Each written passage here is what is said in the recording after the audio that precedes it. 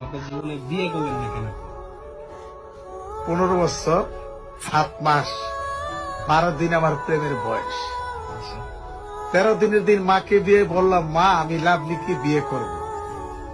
মা বলল, এই মেয়ে যদি তুমি বিয়ে করো তাহলে আমি তোমাকে তেজপুত্র করে দেব। কেন বললেন না এই কথা?